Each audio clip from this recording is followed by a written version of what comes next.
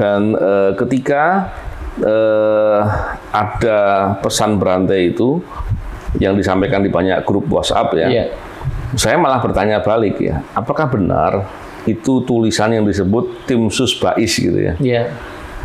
Kalaupun itu benar, pertanyaannya kok bisa ceroboh gitu? Bocor. Masa pesannya bocor?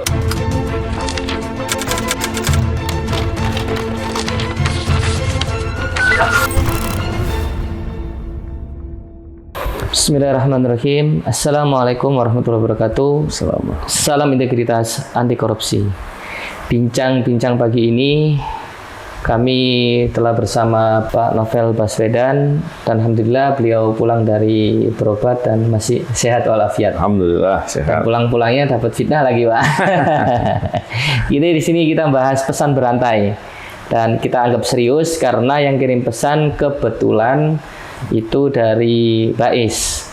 Tahu itu benar atau tidaknya kita obrolin dengan Pak Novel Baswedan yang tentunya tahulah siapa pengirimnya atau apa yang nanti beliau kupas. Ada pesan berantai Bapak sebagai dalang demo 11 April kan. Kalau difitnah mah sering. Tapi begini, saya tadinya membiarkan ya, saya mau klarifikasi.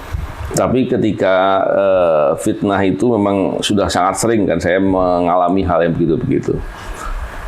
Yang nggak bosan yang fitnah itu kok bisa-bisanya nggak bosan-bosan ya. Tapi ketika itu dikaitkan dengan demo mahasiswa, saya berpikir kalau tidak saya klarifikasi nanti kesannya seolah-olah mahasiswa ini ditunggangi ya, dan seolah-olah benar saya melakukan kegiatan seperti itu. Padahal juga tidak. Orang saya baru pulang dari Belanda dari berobat. Dan ketika ada pesan berantai itu yang disampaikan di banyak grup WhatsApp ya, saya malah bertanya balik ya, apakah benar itu tulisan yang disebut tim sus Bais gitu ya? Kalaupun itu benar, pertanyaannya kok bisa ceroboh gitu? Bocor. Masa pesannya bocor? Dan salah lagi, Pak. Wah, udah bocor, nggak valid. Betul. Salah, karena saya di situ ada beberapa tokoh Pak Busro, Mokoda, contohnya disebut. Saya yakin beliau nggak mungkin lah seperti itu. Dan saya pikir ini kan ngawur ya. Betul. Apalagi kok ini jam sekian. Saya belum pernah lihat ya. Kok ada begitu? Ada rundown. Jadi seolah-olah ini sedang ada rapat kerja. Jadi aneh gitu. Saya pikir itu isinya pun tidak valid. Kalaupun itu tidak benar, bukan dari Bais ya. Kok berani orang nyebut nama Bais? Ya, artinya harusnya Bais tersinggung, harusnya. Karena berani mencatut nama Bais ini kan sebetulnya kebangetan ya. Betul. Ya kita menghormati ya, Bais itu bekerja baik selama ini kan untuk kepentingan intelijen strategis. Tapi kalau kemudian ada yang mencatut begitu kan seolah-olah menjelekkan nama Bais. Saya pikir itu perlu diusut. Jadi kalau dibiarkan nanti ke depan orang akan berani begitu lagi. Mestinya Bais atau siapapun itu berani ngusut ya soal yang begini. Harapannya orang tidak dengan mudahnya menyebut begitu. Dan selain itu yang juga menurut saya nggak kalah penting adalah ini siapa yang punya motif untuk membuat pola-pola begitu.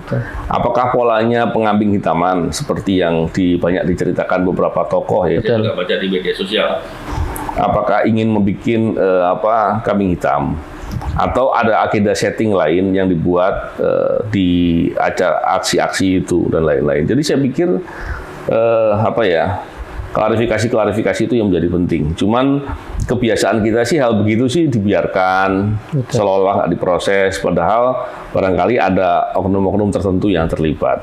Dan ini kan bisa menimbulkan asumsi publik sih Pak. Kalau pesan berantai itu tidak di-defend lah sama Bais, pihak Bais, itu bukan dari saya. Ya kalau bukan dari saya, tangkap dong orangnya. Secara kan Bais kan punya alat untuk memadai untuk siapa nih penyebar pertamanya kan bisa ketahuan gitu. Saya pikir itu penting. Harusnya dilakukan pengusutan. Dan mengusut begitu kan tidak sulit mestinya. Dan tidak perlu waktu yang terlalu lama.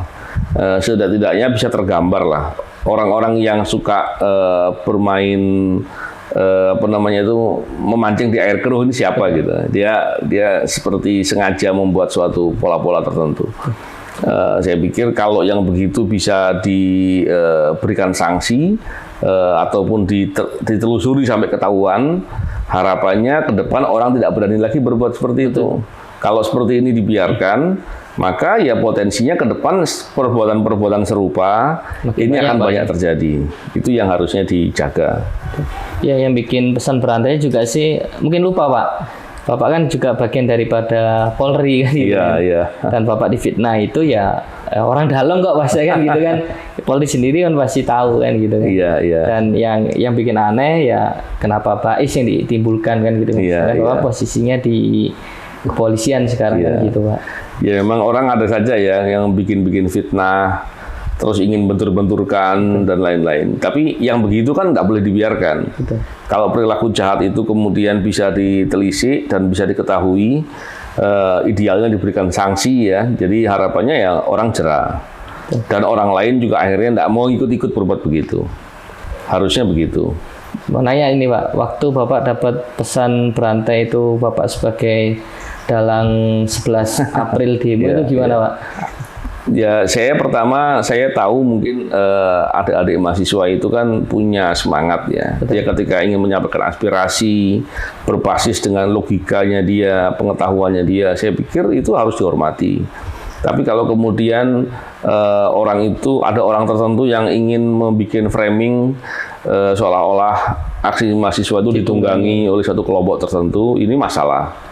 Yang kedua adalah ketika membaca tulisan itu, kemudian saya lihat ini kok aneh gitu. Iya. Jadi tidak logis juga isinya. Ada panitianya. Ada seperti panitia acara Hajatan. hajatan. Jadi melihat seperti itu, memang saya melihat ini